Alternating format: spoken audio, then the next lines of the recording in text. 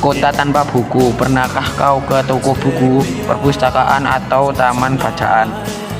Tidakkah kau merasa istimewa ketika berada di dalamnya?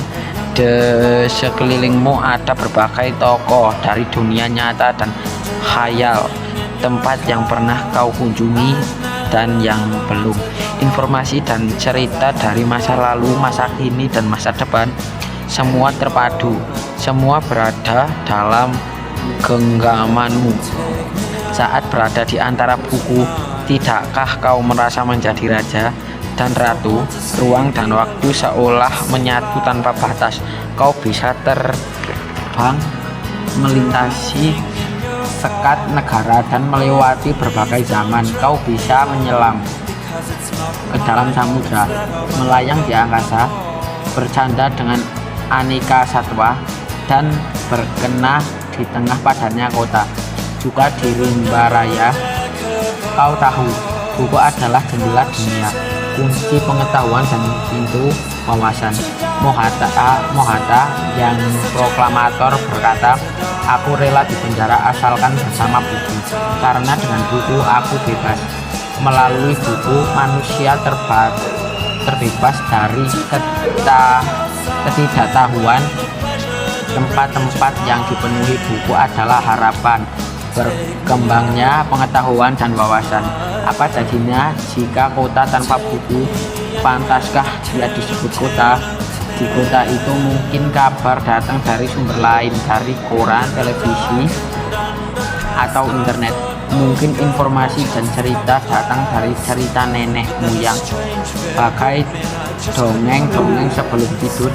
Irama warganya pun tiada beda. Bangun pagi, bersebaran di muka bumi untuk berbagai keperluan, untuk kembali pulang siang atau sore harinya.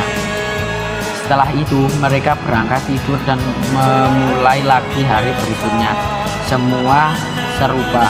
Di kota ini mungkin ada bangunan bernama perpustakaan, di dalamnya buku-buku berderet dalam rak yang tak terjamah. Tiada tangan meraih dan membuka halaman demi halaman dengan sukacita.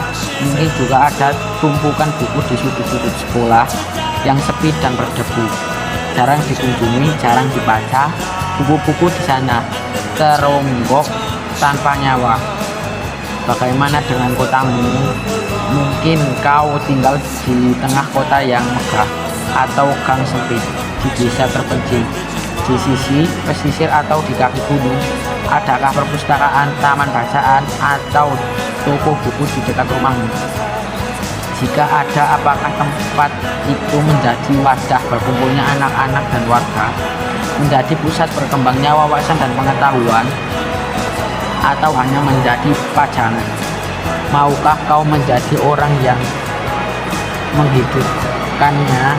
Kau bisa mengunjunginya dengan mengajak teman-teman membaca dan berbagi cerita di sana. Jadikan tempat itu sumber kegembiraan dan pengetahuan. Jika tempat itu belum ada, maukah kau menjadi orang yang mulai menghadirkannya? Kau bisa memulainya dari sebuah sudut di teras rumahmu.